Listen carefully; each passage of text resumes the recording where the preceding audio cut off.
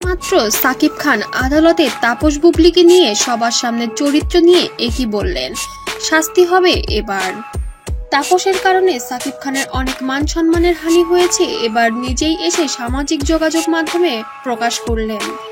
বিগত দিনে বুবলির সঙ্গে তাপসের যে একটি অবৈধ সম্পর্ক ছিল সেটা নিয়ে এর আগেও মুখ খুলেছিলেন ঢালিউড সুপারস্টার।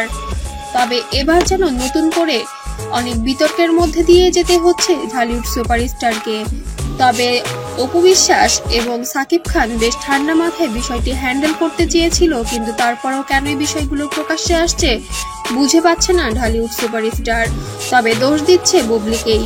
বুবলির এই নোংরামির কারণে আজ সাকিবের ক্যারিয়ারেও কালো দাগ লেগে যাচ্ছে।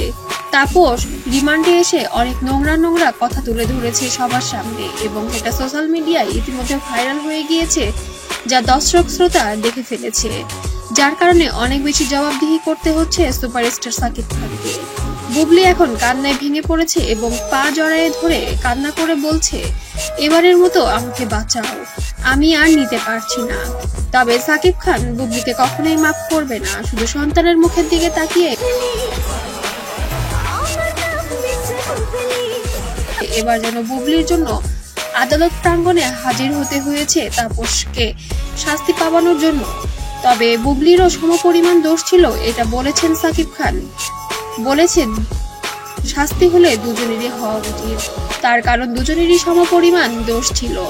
বুবলি তো একজন সুস্থ সবল স্বাবলম্বী মানুষ, সে একটি সন্তানের মা, সে কিভাবে এই ফাঁদে পা ফেলতে পারে আমি বুঝি না। আমার মাথায় আসে না, তাকে আমি বারংবার নিষেধ করেছিলাম যে তাপসের ফাঁদে যেন না পা ফেলে, তারপরেও সে এই নোংরামির মধ্যে জড়িয়ে পড়ে।